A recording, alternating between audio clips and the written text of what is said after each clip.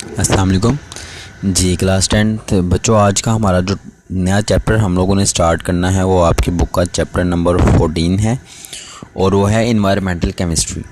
ठीक है, बेसिकली इसमें हम लोगों ने अपने इन्वायरमेंट को स्टडी करना है कि हमारे इन्वायरमेंट के रीजन्स कौन कौन से हैं, ठीक है, उनकी लेयर्स कौन कौन सी है, यहाँ पे कौन कौन से रिएक्शंस होते हैं, पोल्यूटेंट्स कौन कौन से हैं, इन्वायरमेंट पोल्यूशन किस तरह क्रिएट हो रही है, सब कुछ। तो सबसे पहले तो आपको ये पता होना चाहिए कि हमारे पास एटमॉस्फेयर क्या होता है। एटमॉस्फेयर बेसिकली क्या है कि आपकी जो ये ज़मीन है, ज़मीन के गिर्द गैसेस का एक इन्वेलप है। इस इन्वेलप को हम कहते हैं, ये हमारे पास क्या है, एटमॉस्फेयर है। ठीक है, अभी जो हमारे पास एटमॉस्फेयर है ना, इसकी एक डिफरेंट कंपोजिशन है कि क्योंकि हर गैस है वो सेम अमाउंट में नहीं है, बल्कि सबकी अमाउंट डिफरेंट डिफरेंट है। तो अगर हम उनको देखें तो सबसे पहले आती है नाइट्रोजन, ये हमारे पास ऑक्सीजन, ये हमारे पास आर्गोन, और फिर आती है हमारे पास कार्बन डाइऑक्साइड। ठीक है, nitrogen, oxygen, argon and carbon dioxide. इनकी जो परसेंटेज है वो भी बिल्कुल डिफरेंट है आपके एटमॉस्फेयर में। जो आपकी नाइट्रोजन होती है ये होती है 78.09%, ऑक्सीजन होती है 20.94%। उसके बाद आपकी जो आर्गोन होती है वो होती है आपकी 0.93%, और आपकी कार्बन डाइऑक्साइड 0.03%। ये बेसिकली आपके एटमॉस्फेयर में जो गैसेस हैं उनकी परसेंटेज है। अब ये जो गैसेस हैं इनका कोई ना कोई काम ज़रूर है, यानी कि बिला वजह ये एनवायरनमेंट में अल्लाह ताला ने नहीं रखी हुई, इनका कोई ना कोई काम है। सबसे पहले अगर हम बात करते हैं नाइट्रोजन की, तो नाइट्रोजन एक इनर्ट गैस है, मतलब बहुत ज़्यादा ये रिएक्टिव है ही नहीं, बहुत मुश्किल से जाके रिएक्शन करती है क्योंकि इसके दरमियान स्ट्रॉन्ग ट्रिपल बॉन्ड होता है।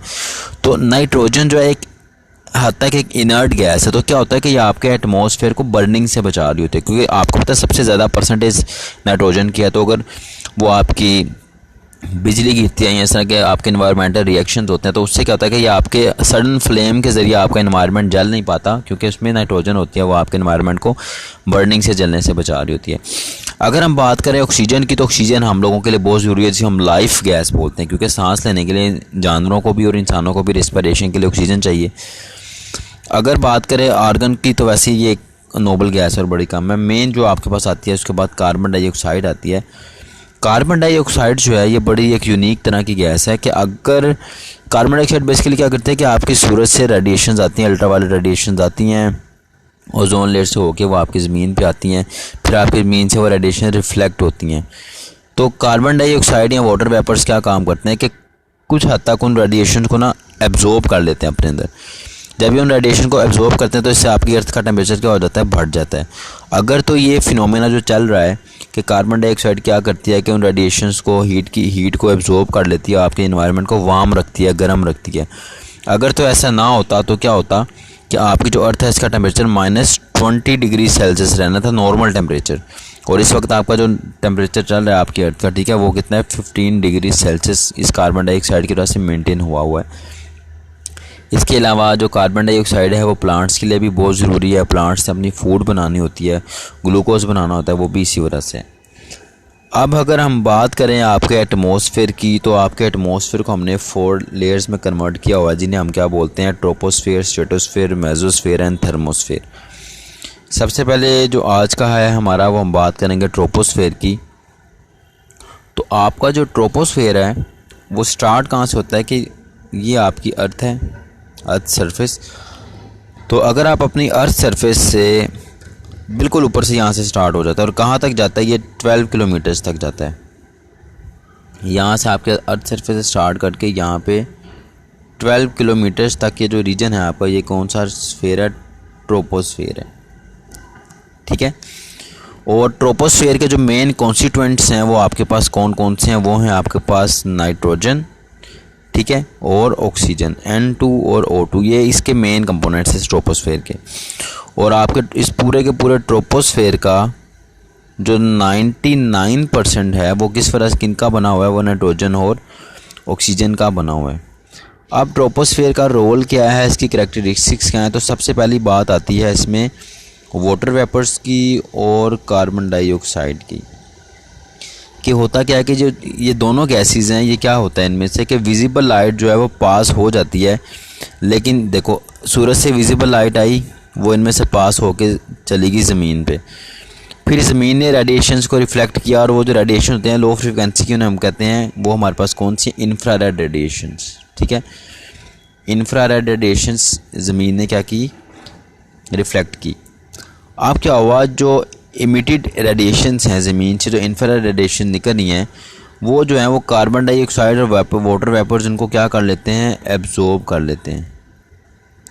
सूरज से रेडिएशंस आई, ज़मीन से रिफ्लेक्ट हुई, जब रिफ्लेक्ट हुई तो कार्बन डाइऑक्साइड ने और वाटर वेपर ने उसको क्या, वाटर वेपर्स ने उसको जज़ब कर लिया, एब्जॉर्ब कर लिया, जिससे क्या होता है कि आपकी जो अर्थ का टेम्परेचर है वो, या अर्थ का एटमॉस्फेयर है, वो क्या रहता है, वार्म रहता है, गर्म रहता है।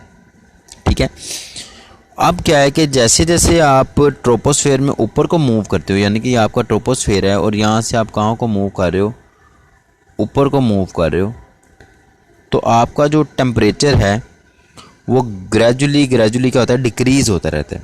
ठीक है, जैसे जैसे आप ऊपर मूव करते हो तो आपका जो टेम्परेचर है वो डिक्रीज़ होता रहता है। अब उसकी रीज़न क्या हो सकती है हमारे पास कि देखो जैसे जैसे आप ऊपर मूव करते हो, बुलंदी पे जाते हो, तो वहाँ पे आपकी कार्बन डाइऑक्साइड और वाटर वेपर्स की कंसंट्रेशन कम होती रहती है। जब कंसंट्रेशन कम होती रहती है तो क्या होता है कि एब्जॉर्ब जो कर रहे थे वापस जाने वाली जो आपकी रेडिएशन, जो आपकी इंफ्रारेड रेडिएशन थी, यहाँ पे फर्ज करो कार्बन डाइऑक्साइड वाटर वेपर ज़्यादा है, यहाँ पे उससे कम है या थोड़ा कम है, तो देखो यहाँ पे एब्जॉर्प्शन सब है, यहाँ ज़्यादा है, यहाँ उससे ज़्यादा है, यहाँ उससे ज़्यादा है, तो यहाँ पे अमाउंट सबसे कम है, इसलिए यहाँ पे टेम्परेचर भी क्या होगा, कम होगा, और यहाँ पे क्या होगा, ज़्यादा। तो जैसे जैसे आप ट्रोपोस्फेयर अगर रीजन की बात करें, तो जैसे जैसे आप ऊपर मूव करते हो तो आस्ता आस्ता जो आपका टेम्परेचर है वो क्या हो जाता है, कम होता है, तकरीबन 6 डिग्री सेल्सियस तक कम होता रहता है। और फिर आखिरी चीज़ आपने ये ज़हन में रखना है कि ट्रोपोस्फेयर ही आपका वो रीजन है जहाँ पे आपके एयरक्राफ्ट फ्लाई करते हैं, यहाँ पे आपके जहाज़ वगैरह इसी रीजन में फ़्लाई करते हैं, और जो आपके मौसम चेंज होते हैं, वेदर अकर्स होते हैं, आपके वेदर चेंजेस भी आपके ट्रोपोस्फेयर में ही आ रहे होते हैं। ठीक है जी, थैंक यू सो मच।